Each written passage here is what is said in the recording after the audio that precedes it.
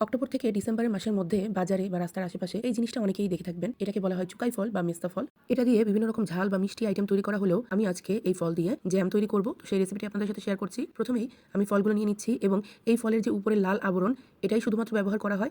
ভেতরের যে বীজটা থাকে সেটা ফেলে দিতে হয়। তো আমি একে একে সবগুলো ফল পরিষ্কার করে নিয়েছি।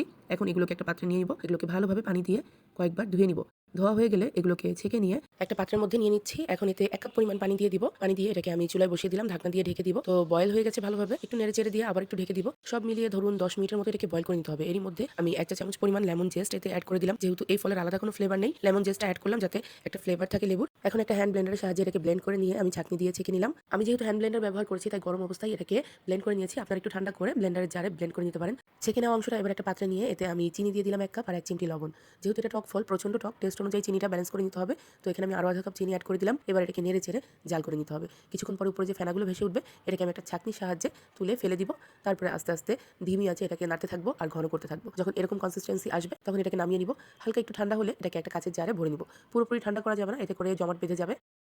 এরকম ঘনত্বে নামিয়ে এটাকে রুম টেম্পারেচারে আসার জন্য অপেক্ষা করব। তারই মধ্যে কিন্তু এটা অনেকটা ঘন হয়ে যাবে। আমি এখন এটাকে একটা ব্রেডের স্লাইসের উপরে একটু লাগিয়ে দেখিয়ে দিচ্ছি। এটা কিন্তু এখনো পুরোপুরি ঠান্ডা না, রুম টেম্পারেচারে আসছে। এটাকে ফ্রিজে রাখলে আরো ঠান্ডা হয়ে যাবে। তো ব্রেডের উপরে এটাকে আমি ভালোভাবে স্প্রেড করে নিচ্ছি। এটা খেতে খুবই মজাদার, হালকা লেমনি একটা ফ্লেভার আছে আর টক মিষ্টি একটা স্বাদ। আর স্বাস্থ্যের দিকে বিবেচনা করলে এটা কিন্তু অনেক হেলদি। এটা আপনারা গুগল করে দেখতে পারেন। যাই হোক, আজকে এই পর্যন্ত। সবাই ভালো থাকবেন, সুস্থ থাকবেন। আল্লাহ হাফেজ।